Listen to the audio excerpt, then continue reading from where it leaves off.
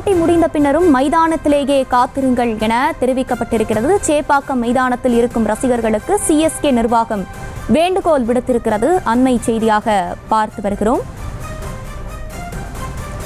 இன்றைய போட்டி முடிந்த பின்னரும் மைதானத்திலேயே காத்திருங்கள் எனவும் சேப்பாக்கம் மைதானத்தில் இருக்கும் ரசிகர்களுக்கு சிஎஸ்கே நிர்வாகம் வேண்டுகோள் விடுத்திருக்கிறது. ஆட்டம் முடிந்ததும் மிக முக்கியமான அறிவிப்பு காத்திருக்கிறது எனவும் சிஎஸ்கே நிர்வாகம் தரப்பில் தெரிவிக்கப்பட்டிருக்கிறது.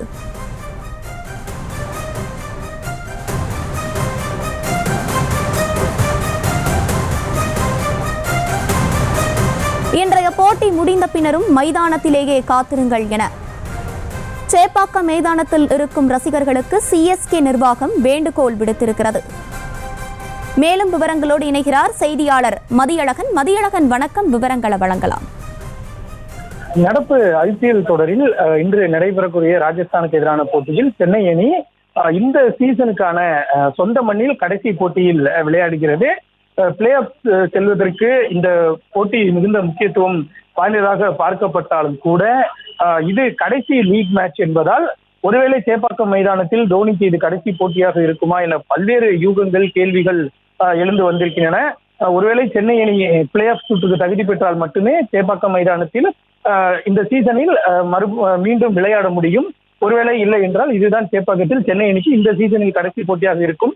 ஒருவேளை இது தோனிக்குமே கடைசி போட்டியாக இருக்கலாமா என்ற யூகங்கள் எல்லாம் எழுந்து இருக்கக்கூடிய நிலையில் தற்பொழுது சென்னை சூப்பர் கிங்ஸ் சார்பில் தற்பொழுது ட்விட்டர் பதிவு ஒன்று செய்யப்பட்டு இருக்கிறது. அதில் போட்டி முடிந்த பின்னர் அனைத்து ரசிகர்களும் மைதானத்திலேயே காத்திருக்குமாறு தெரிவிக்கப்பட்டு இருக்கிறது. ஒரு சிறப்பான தகவல் ஒன்று தெரிவிக்கப்பட இருப்பதாகவும் தெரிவிக்கப்பட்டு இருக்கிறது. எல்லோருக்கும் நன்றி என்றும் அந்த பதிவில் தெரிவிக்கப்பட்டு இருக்கிறது.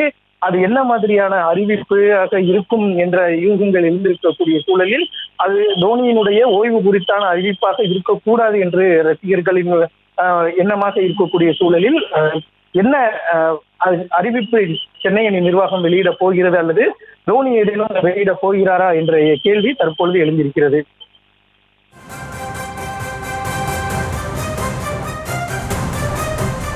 விவரங்களை வழங்கியமைக்கு நன்றி மதியழகன். செய்திகளை உடனுக்குடனும் துல்லியமாகவும் தெரிந்து கொள்ள சப்ஸ்கிரைப் பண்ணுங்க.